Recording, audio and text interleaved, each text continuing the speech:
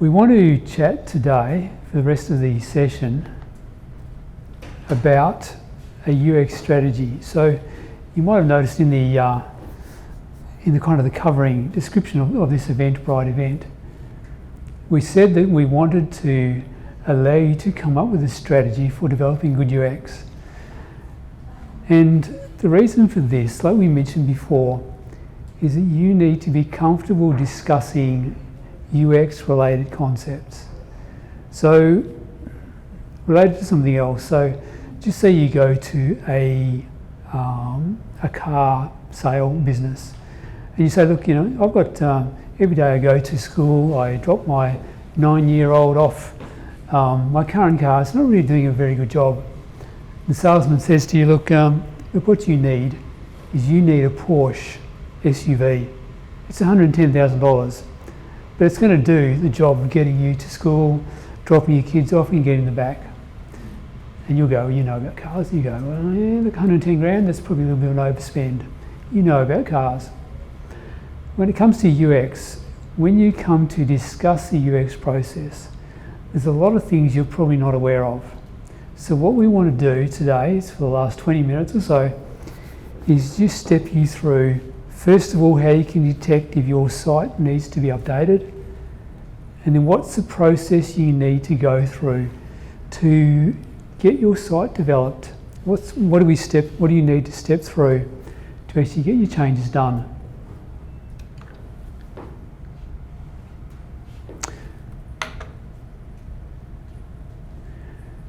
So, why does the UX on your site have to be good?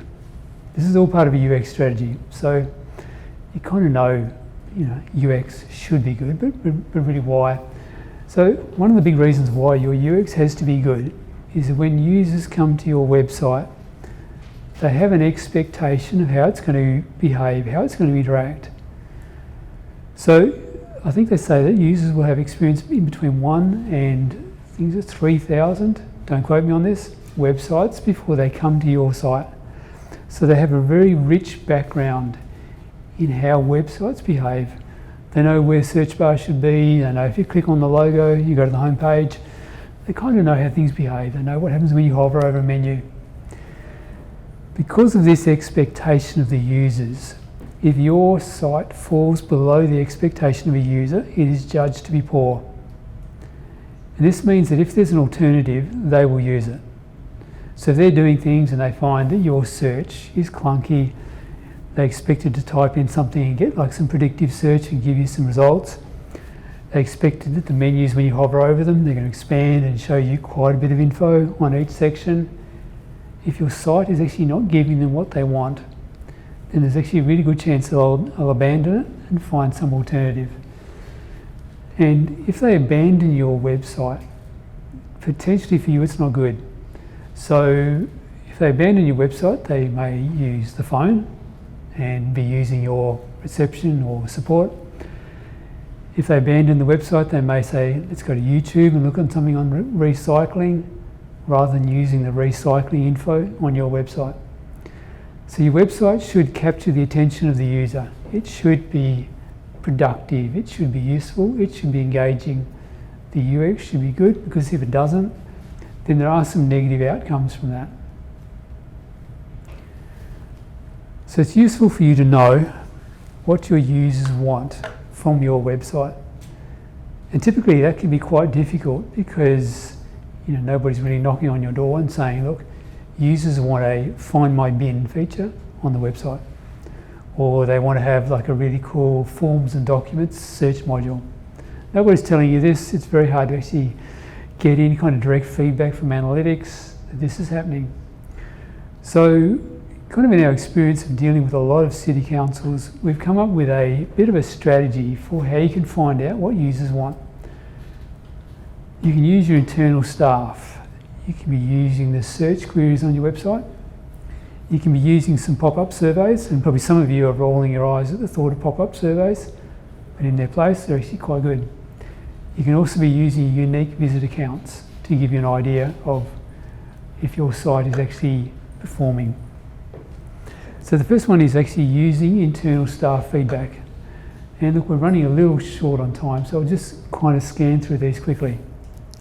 You can be using your internal staff to actually monitor the queries they get. So you have people who take email queries, you have people who field phone queries. If you use these people to actually analyse and judge and rank and categorise the requests coming in, you can be using this as a guide for whether some of your website content is supplying these needs. If it doesn't, then you actually have the opportunity to be creating new content on your website. So if somebody's ringing up and they're saying, look, you know, when's my bin collection day? If this is kind of a frequent query that comes through, you don't have a really good Find My Bin feature on your website, you're using a lot of time for reception, for manual feedback that could actually be replaced by a really good Find My Bin feature on your website. What we encourage you to do is to categorise that feedback, and there's just 4 categories. One is residential, the other is business, working in the region, and tourism or visitor. They're your 4 types of users that generally will be interacting with your city or council or will be interacting with your website. This process does have a little bit of an impact on the people who need to record this information. So you need to be tolerant with the people who have to do it. You know, when you're on reception and you're flat out all day long fielding queries, to actually have to log this query and say this was a residential user who wanted to know about pet registration, put down what the query was, that's a little bit of work for somebody who's really busy. So you need to be factoring in things like they need to be doing it after their first break, or after they finish up their last query, they can actually log it. So some way they can actually fit in with their workflow. The other way you can do it is using the search queries on your website. And just quickly, if your Google Analytics is set up properly, you can actually record what search queries people type into your website. So if, say, people put in things like intramaps, common feature people expect to find on a website. If people are using this a lot, it means that potentially people want to find intramaps or they can't find it. If it's there, then you know it's a navigation issue or an IA issue. If it's not there, then it's a cue to you to go, look, people want intramaps. This is a feature on our website. We should be considering that. So search queries is really useful. We recommend you go through it. If it's not set up, then make sure your analytics people can actually configure search to work. Okay, so we also recommend using polls, and these little pop-up polls or these little feedback polls that you have on a page. So if you have Hotjar installed or Lucky Orange, these are really easy to configure. If you don't have Hotjar or Lucky Orange, we actually recommend you do install them. There is a small monthly fee for it. You can cut back the amount of monitoring that all of these do, so you keep your costs low, but it does allow you to put on things like polls. And on your poll, you can actually ask some pretty useful questions. You know, how would you rate your visit here? And you have a little row of smileys. What's the purpose of your visit? Free text query. What are you looking for? Did you find what you're looking for? How can we improve the visit to your site? These are all good free text queries that when you get people to respond to, the information is really useful. The other thing is unique visitor counts. So if you actually notice that the unique visitor count on your website is dropping, that's a bit of a cue to you to go, something's wrong. You know, either we're not delivering good content, or some of our features are actually poorly placed or poorly labelled, or things that actually users needed, the users need are actually not there. So monitor your unique visitor count and just keep track of it. Alright, so just assume now that your site actually does need an update. What's the process that you will go through to actually update your site? This is a bit of a complex overview, but this is the process that a good UX provider will go through to improve your website. So 3 stages that we discussed before. So the discover stage, the design stage, and the measure stage. Just quickly, we're going to run through all of these steps that you go through so that you've got a little bit of knowledge and a bit of understanding of what these are and how they apply to you. The first one is user journey mapping. This is where a UX professional comes to you and your group of stakeholders and actually chats to you about the interactions that happen on your website. So how do people enter the website? Where do they come in? What's important to them? What kind of data do they need? What are their interactions? You might notice in the top right hand corner there's a difficulty rating. If it's difficult, it's kind of like, don't try this at home. We recommend using user journey mapping whenever you're creating a new site or a new sub-site, or if you've got some kind of multi-step process on your website that needs to be reviewed. Okay, accessibility reviews, we chatted about this before. This is something that needs to be regularly done. The difficulty rating also is reasonably high due to the kind of abstract, ambiguous nature of a lot of the requirements of accessibility. User surveys. User surveys are really useful to get feedback from a large group of users. So you can send a user survey out to an incredibly large group of people. So if you have a database of users, residents, ratepayers, you can be sending the user survey out to them. You can provide some small incentive, no rates for 10 years, to actually get them to pay to do their user survey. We recommend that you use user surveys when you need widespread input at a lower cost. So you can get hundreds and thousands of users responding. User interviews are similar to user surveys, but they're a little bit more specific in that we actually get people, we talk to them face to face. So Dilru, we would get you up and we would have an interview with you and we would talk about that page. You would tell us all of your pain points. You'd also tell us about the rest of the website, how you use it, what your expectations are. So user interviews are really great when you want specific input and you want to have what we call a bit of nuance, a little bit of insight, a little bit of detail. We spend a lot of time in user interviews. As soon as somebody mentions a topic that's useful to us, we follow up that topic. So user interviews are great. Focus groups. I'm sure many of you have been involved in focus groups for many kind of communications needs. We use focus groups for the web.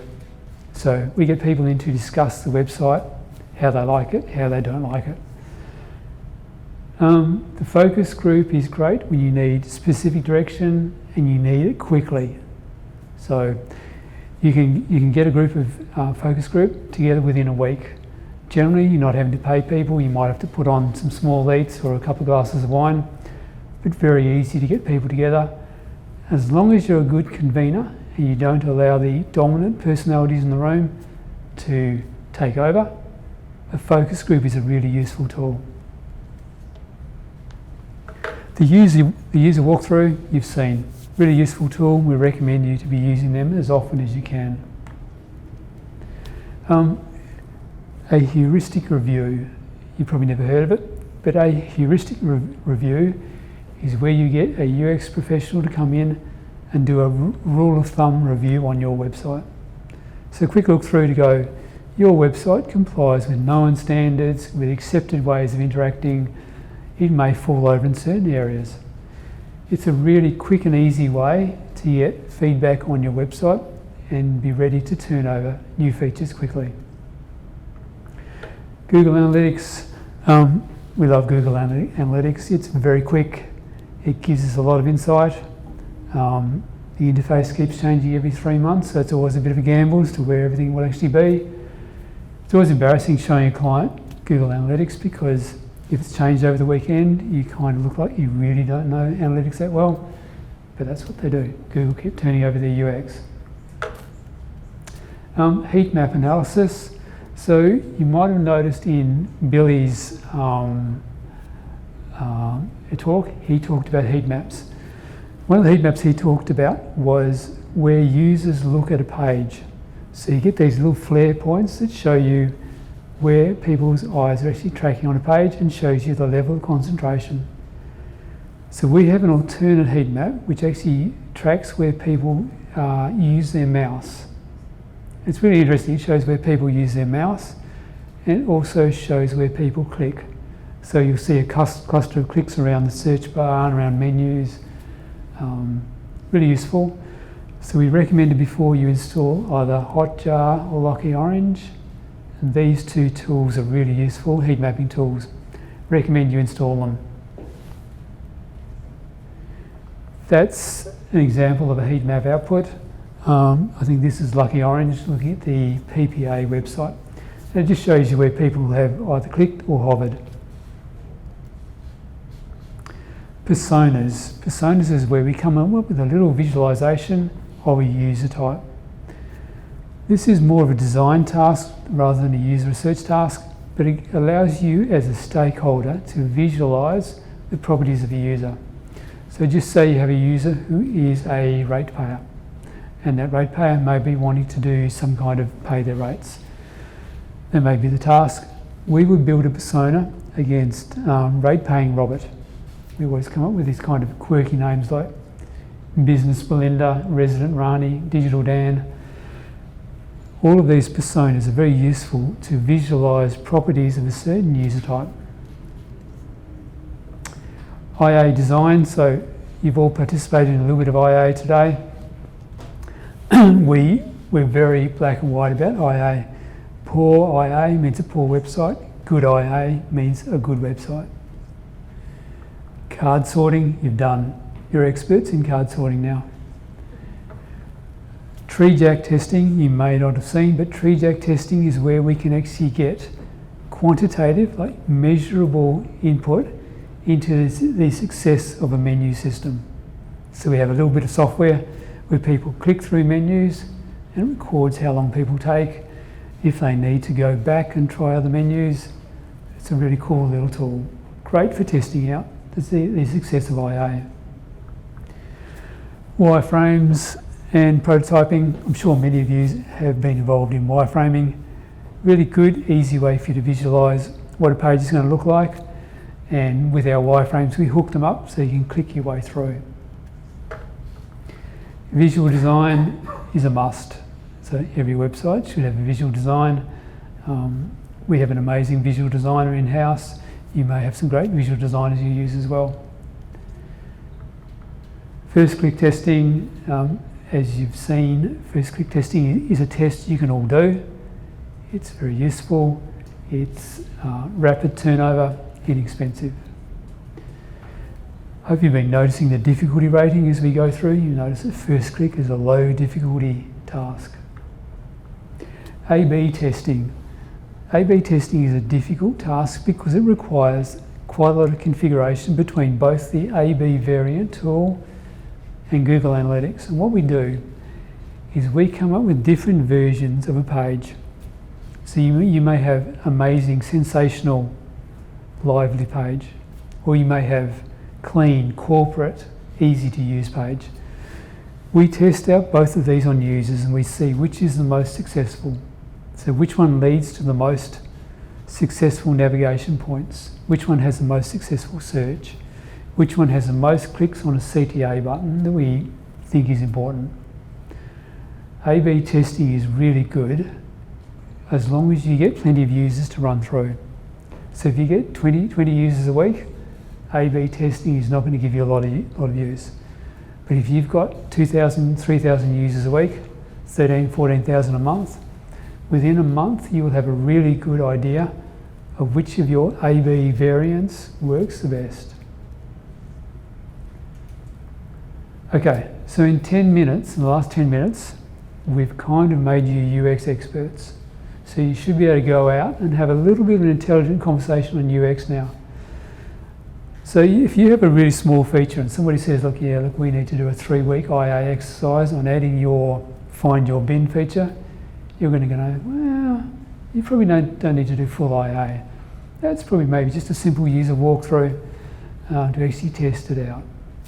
So keep in mind what these options are for UX, because whenever you come to do a change, whenever you need to do a change, these are the things that a UX provider is going to give you. And these are also some of the things that you can participate in yourself. One of the things actually useful for you to know is that we've stepped you through 16 or 17 activities there. So there's a lot of options there. For most of your changes, you're not going to need all of those 16 or 17. You might need a very small subset. So some of these may take weeks to perform. Some of them may just take a few hours. If you're doing simple fixes, single items on a page, it's probably just a wireframe and a visual design. If you're wanting to do a whole new website, a whole new subsite, you need to be thinking about a bit of user research, a bit of IA, some card sorting, some tree jack testing. So we're very careful with what we kind of offer people here, because it's very easy to overdo it. So we cherry pick out which of those options is kind of the most suitable for you, and then apply that to the job.